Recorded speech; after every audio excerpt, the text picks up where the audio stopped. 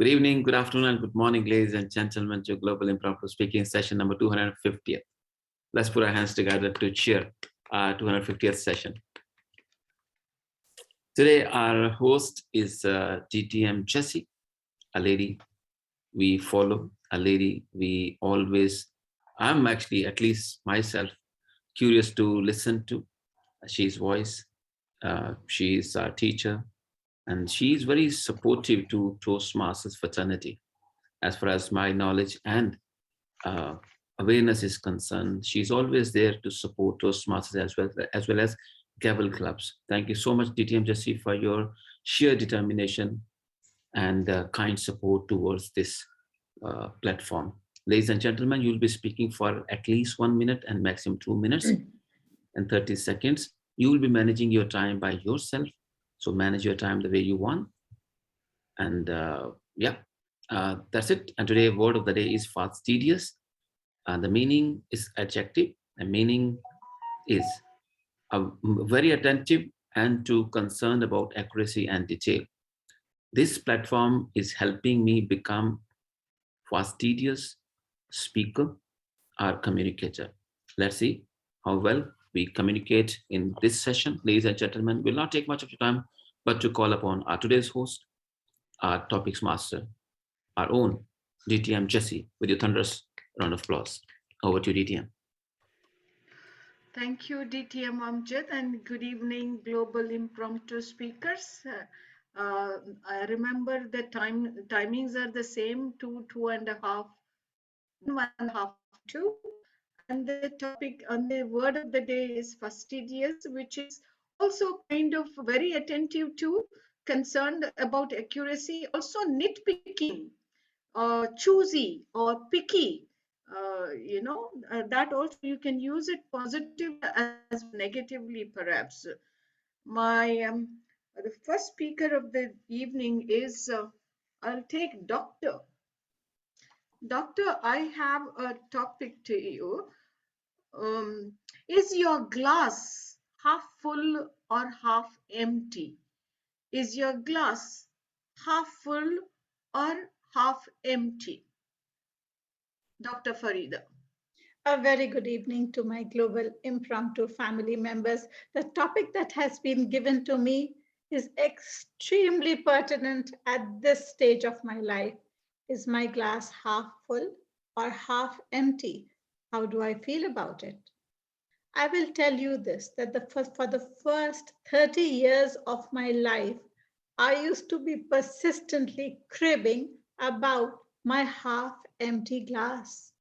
I used to always feel that, oh my God, I don't have this. I have yet this to be achieved. I have to have so many milestones that I still have to overcome and have to reach, and so many goals I have to achieve in life. And this used to be like a constant thing. And I used to be in the middle of the rat race, working in fourth gear, trying my level best, studying to the utmost, working 18 hours a day, trying to be the best at everything, multitasking, and killing myself. My loving global impromptu family members, let me tell you this kind of fastidious approach does not help in real life. As I grew older, I became calmer and common sense prevailed, and I started noticing the half full glass. And it is at that point in time that when I used to say Shukar Alhamdulillah or thank the Almighty for all the blessings, it came from within. I stopped cribbing about the things that I don't have. That does not mean that I stopped working hard, but I did not kill myself anymore. I started enjoying the blessings that I have. I started enjoying my children, the travel time that I used to have, the blessings I had at home, at work, all around me. I started appreciating nature a lot more. And this truly changed my entire outlook and behavior and attitude in life in total. I took a 360, 180-degree U turn from what I was before in the first half of my life to what I am right now. And I'm extremely glad that I did that. I hope that all of you also look into it, that what do you notice more? Do you notice your half empty glass, or do you notice the half full glass and be more appreciative? With that, I wish you all an enjoyable evening. Love you all. Excellent take. Thank you, Dr. Farida. My next speaker, I will take Mary, a contest topic. Toastmaster Mary, if you had to teach something, what would you teach? If you had to teach something to anyone or to your juniors, what would you teach? Mary Touch. If I have a chance to teach something to someone or to the world, that something will be the ability to be resilient. I believe in life, we all have had so many ups and downs in life. Sometimes life throw you those adversity, those challenge that is unpredictable. It's totally, sometimes it's insane, and you ask yourself, why that happened to me? Why me? Oh, poor me. But instead of saying poor me, I would like to teach those people to say, reach me, it's okay, I can handle this.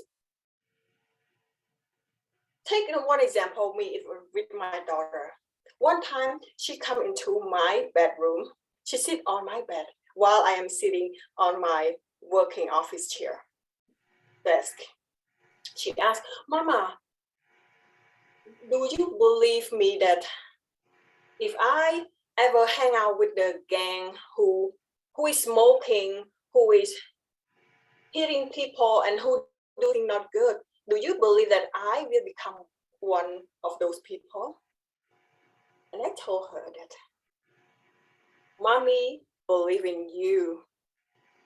Mommy truly believe in you, and Mommy believe on your right judgment. You know what is right and wrong. And Mommy, thank you that you bring this up to talk about this, because this is important. This is show how resilient you are. I know sometimes we are doubting about ourselves, and I know you are doubting about yourself. And that's why you come to Mommy. But let me say that you have the ability to decide what is right and wrong for your life. And only you know best about your life. So the ability to be resilient is so crucial to everybody, because at one point the life will throw you something hard on the face that you fell. But you have to get up, stay strong, stand on your ground, be unstoppable, keep going, moving forward, and it's gonna be okay. But I'm not here. Thank you so much, Mary. Well done, very well done. I don't know if anybody has timed your speech, I but did. It's a bit over. huh, 41 huh, minutes. huh. Okay, just be careful that otherwise you attempted well, you spoke well, and supported your topic also. Good job. My next speaker is Deepa. Deepa, Yes, Deepa, your ma'am. topic is uh, not everyone becomes famous, but everyone can become great. Not everyone becomes famous, but everyone can become great. Your thoughts on that?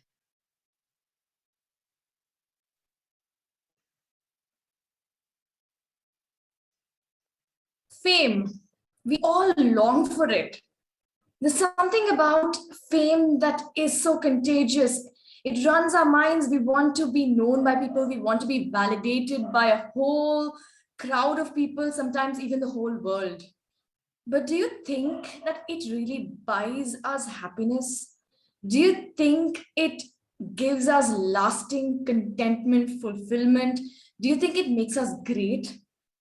I think the more we chase fame, the more fame leaves us.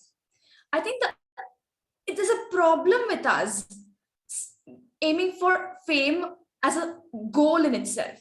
Why don't we aim for being better versions of ourselves? Why don't we aim at giving to society? What about aiming at our passions, what we are good at, what we can provide to people around us?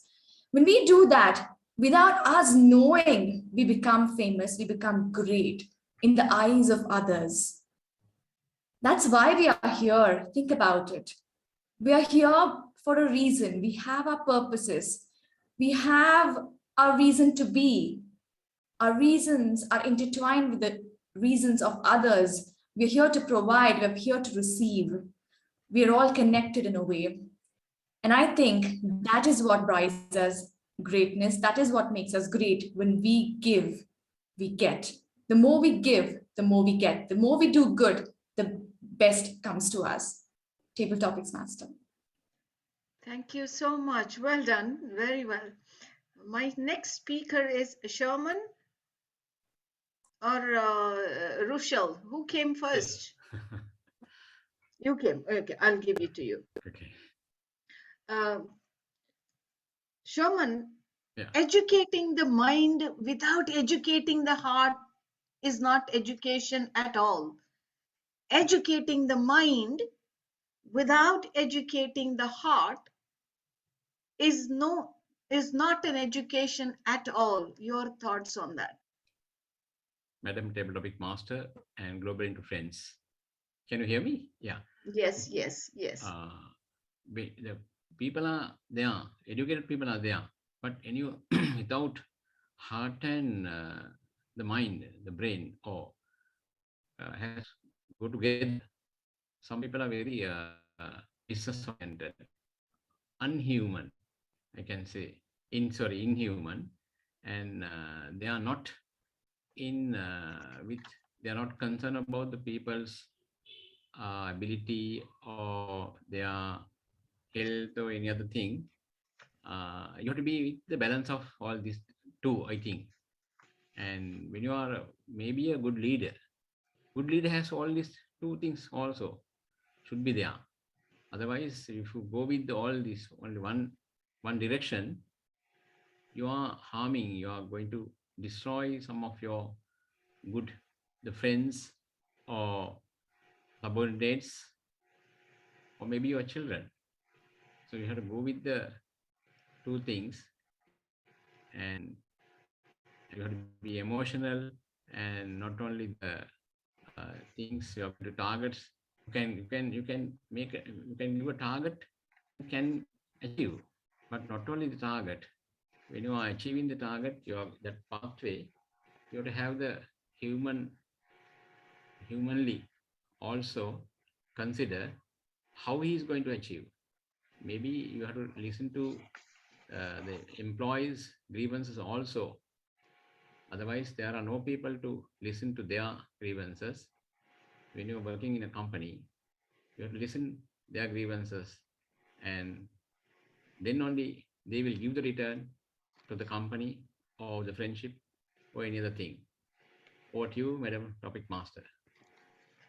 Thank you, Sherman. Thank you very much. My next speaker is Rushal. Rushal, I have to give you topic of the youngsters, maybe.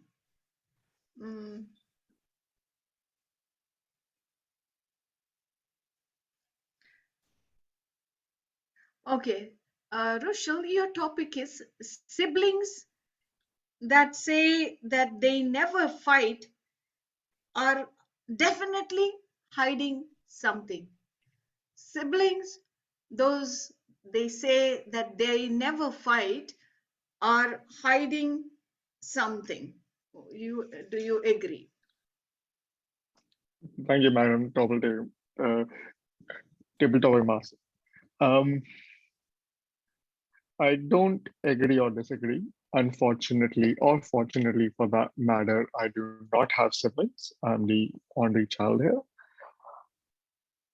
So I guess you're asking if they say that they never fight, do I agree or disagree? I guess it's the individuals. I can't just say that specific. I can't speak on behalf of anybody specific. I don't think they actually fight as such, because I have many friends who have siblings and stuff. They try to be entitled to their own opinions, their own perspectives, their own way of seeing, which is great. The reason we call it fight is because they narrow themselves to only a person A being right, which is themselves, and not allow themselves to see it from a other person's perspective. So I guess they don't really fight, they debate. Sometimes it's healthy, sometimes it's harmful. And I guess there's some limit to it. Over to you, Madam Tabletop Master. Thank you, Thank you. Sis Rochelle. Yes, I didn't know that you are the only child. Otherwise, I don't know. So maybe I you, am. yeah, it's okay. It No doesn't matter. worry. But I have many Yes, friends. But I have many friends who yes, have those who are siblings, my siblings. cousins, my relatives, my parents. Yes. Naveed,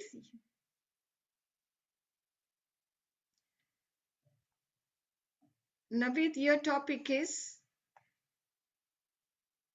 only the educated are free. Do you agree? Naveed, are you there? Yes, ma'am, I'm there, but I think my net is not working properly. Maybe I will go with without video. Okay. This quote is saying only educated are free. Do you agree? Only the educated are free. Do you agree? This is a quote by Epictetus.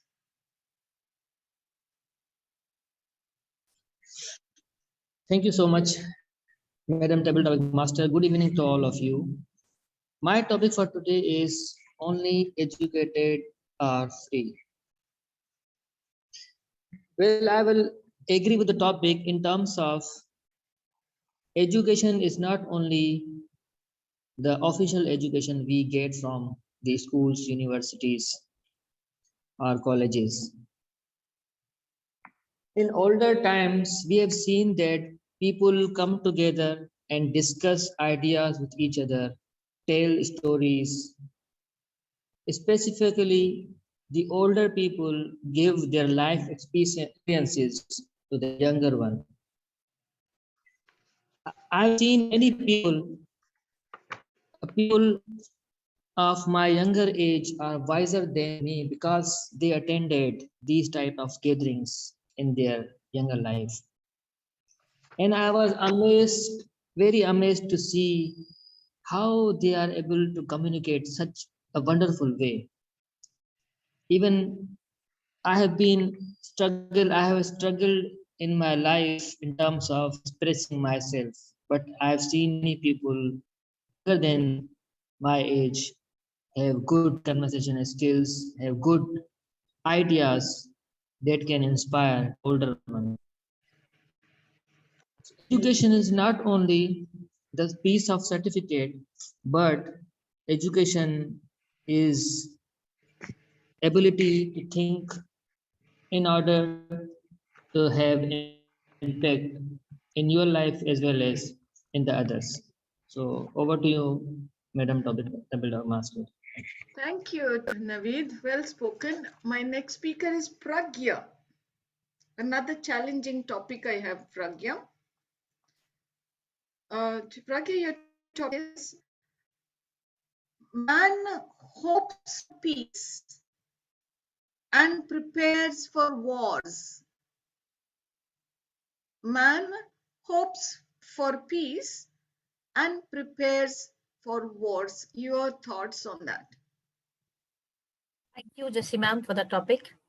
How many of you over here would agree that anger, frustration, irritation, all these things come to us easily? And it's really, really difficult for all of us to control these emotions. Most of the times, we all would feel that I just can't control my anger. How many of you this kind of a thing? At least it's with me. But whenever we are talking to somebody else, and when somebody else tells us that I want to beat that person, I just can't tolerate it, our answer would be calm down, relax, peaceful. Isn't that all? I have seen this thing in my own family with me and my husband. Most of the times, I would be extremely short tempered. He would always tell me, Pragya, calm down, peaceful. You will get through this, and don't shout, control your anger. That's all what will happen. But finally, when it comes to him, he will literally be shouting on the top of his voice, and I would say nothing, just look at him. That's the most peaceful answer that I can give him. That, see, what are you doing?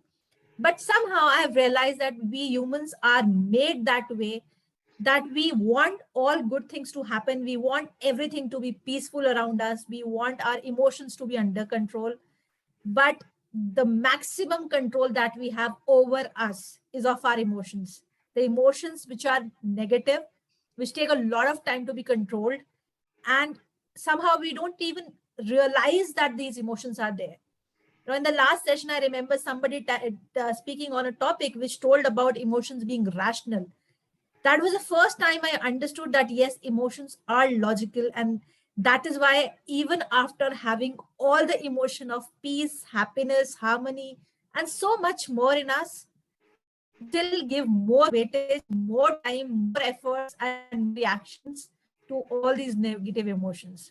One thing which I personally have started doing, and probably you can also try doing, is which is a very common practice. Whenever you are getting any of these emotions of anger, frustration, irritation, or something which will create a negativity, try to shut yourself in the room for 10 seconds, maybe a minute. That has started working for me, because I know when I start speaking, it will be reverted, not with a response, but a reaction. With a kid, it will end somewhere hurting him.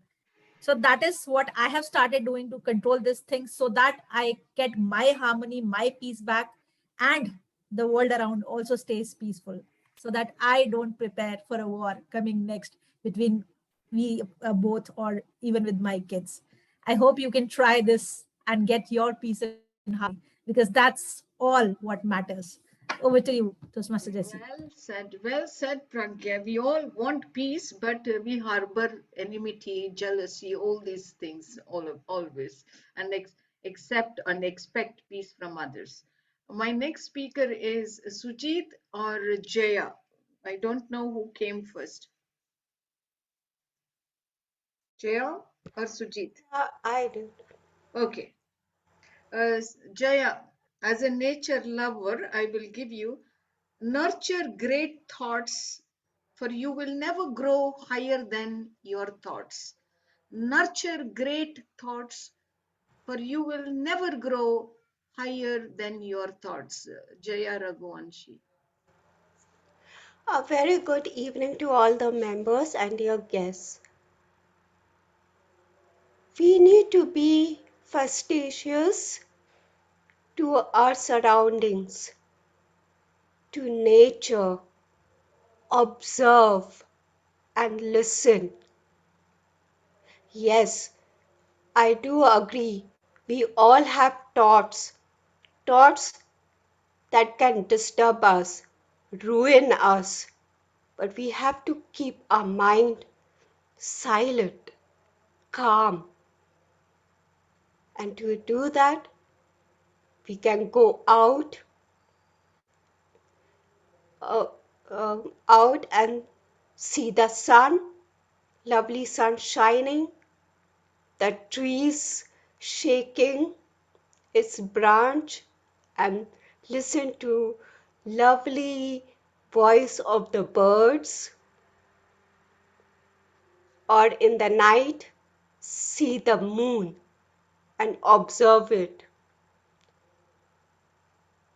Listen carefully the silence of the night and those small mosquitoes making that noise. Be your uh, put your be along uh, with that nature. Include yourself in that nature and observe. The peace will come to you. You will feel so nice. Or if there's a music also is a very good to calm your mind, your thoughts. So it's important for all of us to be in nature if we can. Just do it because our surrounding, our environment, the nature is free. Thankfully, this thought has just come to me and I would like to share with you. Once we all have our back garden. We have made a garden and a pond. We have put lotus. One fine day, I wanted to sit and observe how long that lotus opens up and how long it closes. None of you would believe it, what patience I had. I sat down one whole day. Can you imagine? Half the day, I brought my chair and I quietly sat and observed. Of course, it was like, oh God, how long? But I was patient. I surprised myself. It took half day to observe each petal one by one, opening slowly. Wow. It opened up finally. Then I took a break. Then I wanted to see how it closes. Then, remaining half the day in the evening, I came, I sat, and I saw how it was closing one by one. It was beautiful, and I think I took a video of it.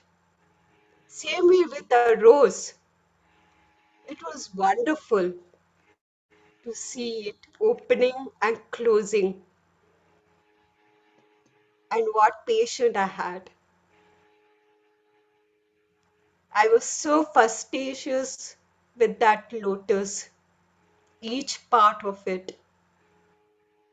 So, if you have that chance, if you're upset or disturbed, take a chance, go out and put yourself into that nature and feel free.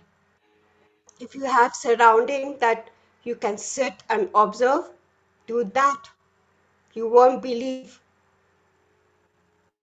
It will create that patience in you, the eyes to see and ears to listen. Over to you. Thank you, Jaya. Thank you so much. Sujit, are you ready for the next topic? Sujit? Yeah, I'll attempt. Yeah. Sujit, let the improvement of yourself keep you so busy that you have no time to criticize others. Let the improvements of yourself or on yourself keep you so busy that you have no time to criticize others. This quote is from Roy Bennett. Over to you. Thank you, Jessiman, for such a lovely topic. And it's very apt. As we call it, empty mind is devil's workshop. If you have a mind who floats around everything on every matter, trust me, you'll be unfocused, you'll be unproductive, and most probably you will get caught in the trap of negativity, criticism, blame, whatever you call it. While if you practice growth mindset, consistently learning incrementally, whether it's going to be small, big, whatever, but directionally, if you are working towards a bit of improvement about your work, about kind of how you manage yourself, trust me, this will take you quite far than you could imagine. Yeah, I think that's it from my end. Back to you, table topic master. Yes, thank you. Thank you, Sujit. My next speaker is Arshad. Yes, ma'am. Arshad, your topic is just checking. Oh, okay, I have it. If you had the opportunity to get your message across to a large people, what would be that message? If you had an opportunity to get your message across to a large people, what would be that message, Arshad? My message to the larger crowds would be just to be kind to people, because last evening I happened to take a haircut and walk in the town amidst the rain, and I saw this small kitten. It was all like it was wounded. It was almost amidst to die, and I, being a cat lover, I just ran inside home, and I was all right after a haircut. I did not even forget to remember to sanitize myself. I just rushed in. I got my wallet. I wanted to help the cat. By the time I came out, the cat, or rather kitten, was all dead, and I just did the burial in my garden. My mother and my sister were just looking at me and giving this look. Don't you have an assignment to work on? Don't you have work to do? And you're trying to go and look at uh, some odd cat on the road to help the cat? Then I just said, at the end of the day, we talk about passionate, we talk about compassion, we talk about kindness. Where is it? It has to start from you. I've seen so many people helping out animals and people, but we do that. But do we talk about it? We do speeches about it in Toastmasters, but are we actually acting it out? Are we living it? And I just saw a different version of myself. I It's my moment, my Saturday to enjoy, but I had that part of me to go out and help. So I believe that is not a great virtue, because the kitten died eventually. But the thing that we need to understand, that we just have to be kind.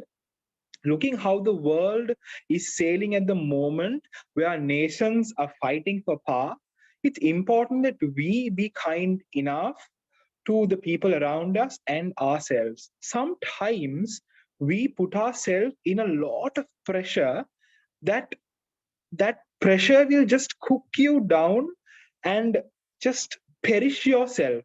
Because while we show kindness to the others, I need to be kind to myself as well. So one thing that I would like to tell people is just be kind to yourself and to the other.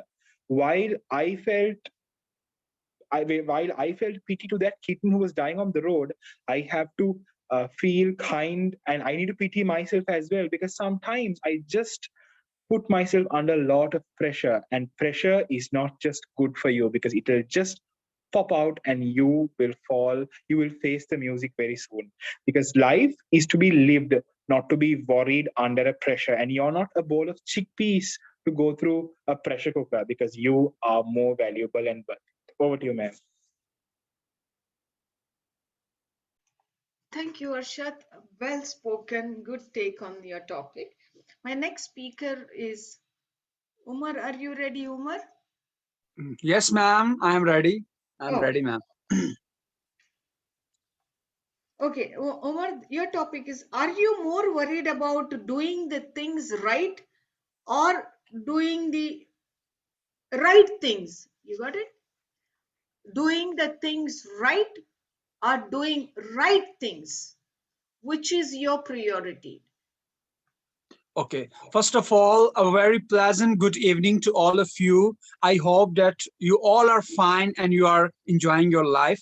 It's a very interesting topic, that doing the things right or doing right things. So I am most worried about doing the things right, because in our it's a dilemma of our life that we are not a perfectionist, and some of the people are perfectionist, some are not perfectionist. Some of the people want the things accurate, some of the people are punctual, some of the people are up to date, some of the people are choosy, some of the people are in a dilemma of doing everything correct and right. So some of the people are not like this. So it's depend on your personality, that what kind of personality you are having. So doing the things right or the doing right things are two most different ways. That one of the way is going to west and the other way is going to east. So according to my methodology, what I do the things right, because if you do the things right, everything will be right. If you are a punctual in your life, this thing is right, then your life will be good. If you are honest in your life, the thing is right, all thing is to be right. If you are a good manner person and you are a good citizen of your city, the thing is right. It's mean that all the things are right. So what we are doing, we are making the things right, not we are doing to take ourselves right. It's a very difficult dilemma and confusing situation. Simply I want to say that we want to say that why others are not right, why others are not correct, and I am also right. We don't have to do this. We see that if we correct ourselves right, okay, if we groom ourselves, then we can see the other word grooming, we can see the other word right. So what we have to do, we have to maintain ourselves, we have to groom ourselves, we have to be punctual, we have to be honest, we have to be a good citizen, we have to responsible, we have to see where the word is going on, we have to see that what the word is doing, what the things are doing, what is the hierarchy of the things, what is the dilemma of the things. These all things should be in front of us. So according to my phenomena or according to my methodology, I would say that I will do the things right. So that's it, ma'am. Always be right. If you will be right, the world will be right. If you will be the right, all the nation will be right. Thank you so much. Take care. Toastmaster Umar, you blew me off. I Thank thought you I so much. confused you, but you took it so seriously and you convinced all of us. Thank you so much, ma'am. Thank you so Very much well. for giving me such a lovely topic. Thank you so I much. you took it very diligently. You attacked the top. Very good. Thank you so much, ma'am. My next speaker is Varun. Did you speak, Varun? There is Monty. Monty, some Montu or Monty. Where? No. I Okay. haven't spoken yet. Varun, I can give you Varun. Varun, your topic is. I'm still looking for a topic. I have lots of topic, but here is your topic. Varun, are you there? Can you? Hi, Varun. Yes. Fears can be fuel for greater success. Fears can be fuel for greater success, Varun.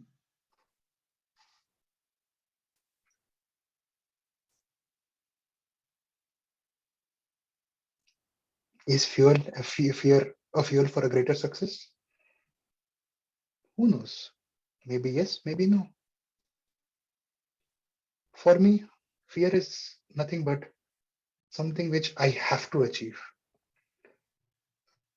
If I don't achieve, then what am I doing? I'll just stay away from it. I'll just prolong it 1 day, 2 day, 1 week, 2 weeks, or a year, may most probably. But someday I have to face it. And what next?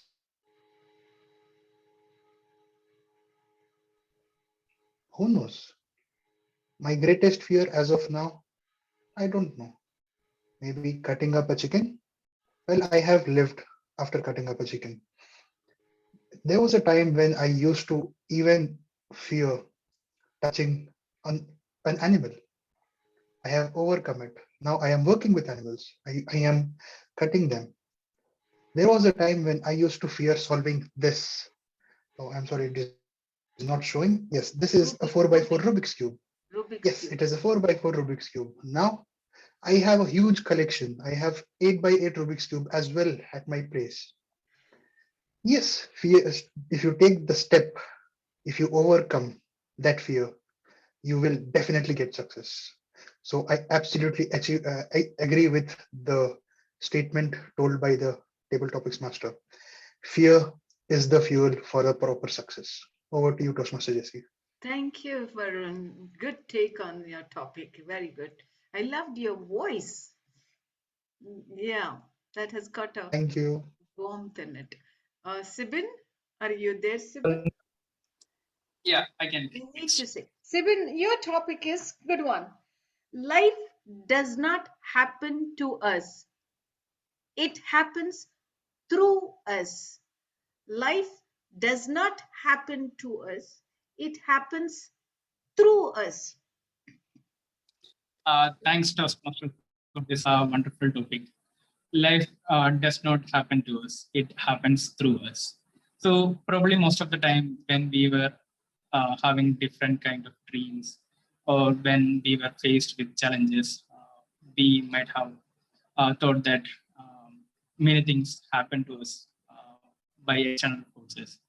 But there will be one point in your life when we realize that when many of the fancy things were not real, there were many of hardships that were thrown to us. But at one point, we realized we could also make our decisions. We could also turn back.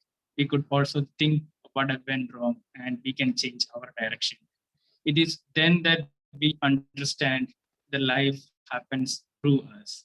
We also make sure that whoever looks up to us, we give them a direction as well.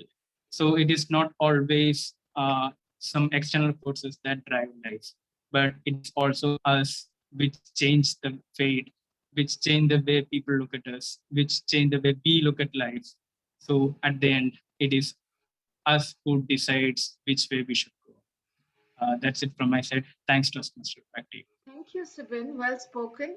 I think I have finished almost. Arshad Nizam, are you this? Did I give you the topic before? I don't remember. Yes, Akib. ma'am. I spoke. Okay. Akib, here is your topic. Akib has just joined. Yes. Yes, ma'am. How we spend your day shows how you spend your life. How you spend your day shows how you spend your life. Akib Jabid.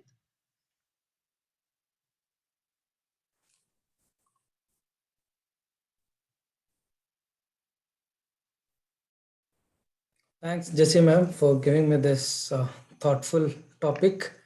How I spend my day defines how I spend my life. This reminds me of a saying which says, how you do anything is how you do everything. If and when we talk about my day, and when I talk about my day, it is constituted of 24 hours of my life, and the entire whole life is constituted of number of days and years put together. So indeed, each and every second is part of my life only, and how I'm spending each and every moment of my life, indeed it is my life. However, when we talk about how we want to spend our life, what are my goals for the life, these all goals will have certain objective and certain timelines. So if I want to do something, if I want to build an empire, there is a timeline which I put for 30, 40 years. But those 30 years timelines which I'm putting, whatever goals that I'm trying to make, it will come down to a day-wise goal. And there is a very beautiful book which says that each and every goal that you are putting for your life, make it a daily goal. Every day morning, you should have a goal. It may be for just 10 minutes or 5 minutes or 10 seconds. But if it is defined for the day, then this is what it gives it gives a final impetus, and you get a consistency. So this topic is trying to convey the idea that each and every moment is meant to be lived the way you want your whole life to be lived. So what we all need to do is to dissect those goals, to dissect the plans that we want to achieve, and make it as daily plan and try to achieve. So as Jessie ma'am told, how I live my day, how I live my day is defines how I live my life. How we are living our life is every day night I'm having this session. Every day night, almost every day night, I have a Toastmaster session where I practice impromptu, where I'm trying to improve my public communication. If I look at my life holistically, I see that I have a goal, I have a vision to become a better communicator, and I'm doing it every day. So this is what life is, and how I spend my day Working on my life is everything. So over to you, Jessie ma'am. Oh, amazing, amazing speakers we have. Thanks to Amjad Ali making great people um, initiative of Amjad. I think I have finished everyone. Have I left anyone not spoken? I believe you're done with all, yeah. I think, yeah, all. I took the random topics, most of the topics. I was just thinking which one I have not, we have not. I have a sheet right in front of me sitting. Yeah, now I am ready. Oh, okay, I have to give you a topic. Um, yes. Amjadji, your topic is,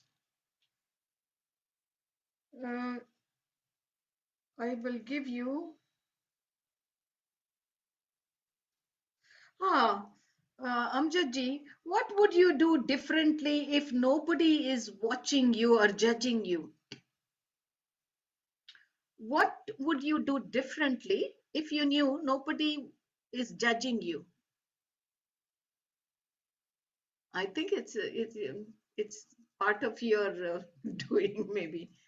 What would you do differently if nobody is watching you, judging you? No society will tell you something. You did that, you did this. What would you do? Thank you so much, Madam Topics Master. What would I do differently if I know nobody's watching and nobody's judging?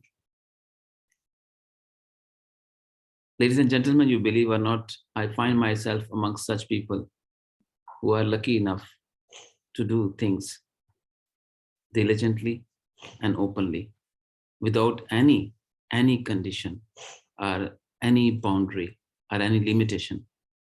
And I would continue living the way I am living if I believe nobody's watching me to judge and nobody's going to interfere.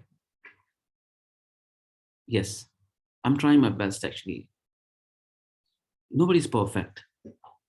I'm not perfect, but I make sure I'm doing things on my own cost.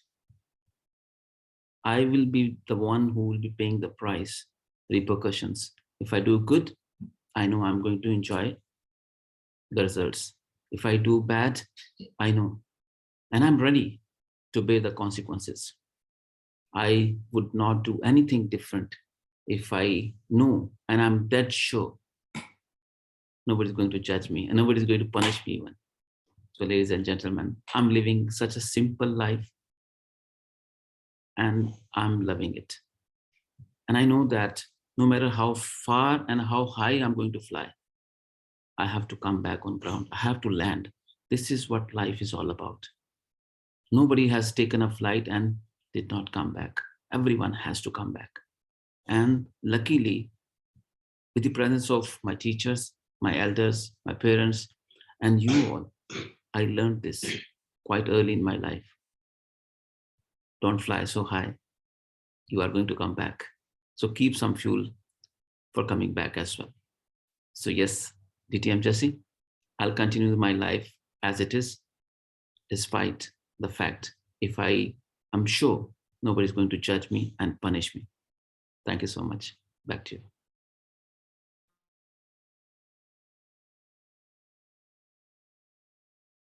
God is watching us from above.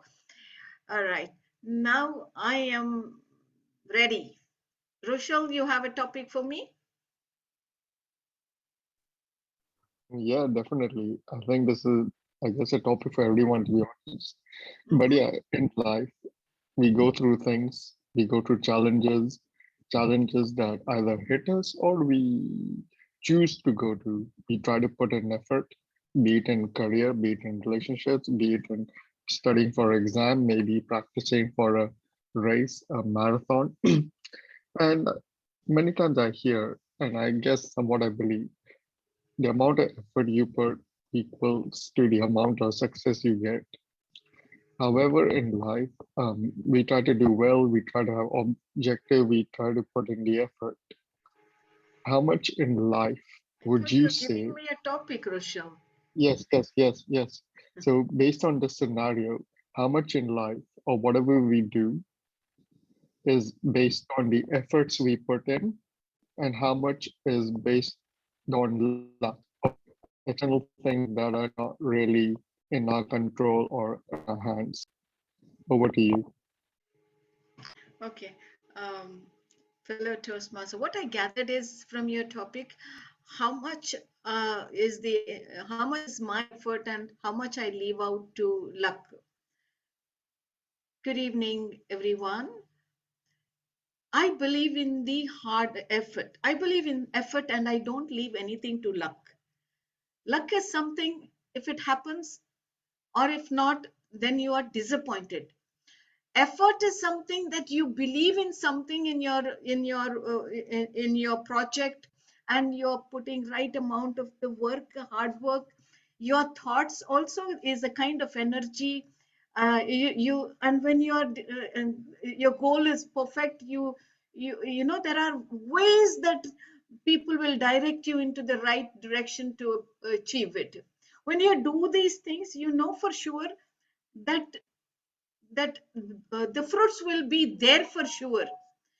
Whereas if you wait for the luck to happen, and if it does not click, then you are sure to be disappointed to the fact that it did not click. But whereas here, your efforts will give you a proportionate the results, and there is a learning that you can take it from, and you can change your course of action and grow, and you're growing every time in your approach or in your direction towards your goal. Whereas thinking about the luck and then depending on the horoscope or on the stars is a recipe for disaster. So I thoroughly and 100% believe in the hard efforts, and I don't believe in the luck. Over to you, Rochelle.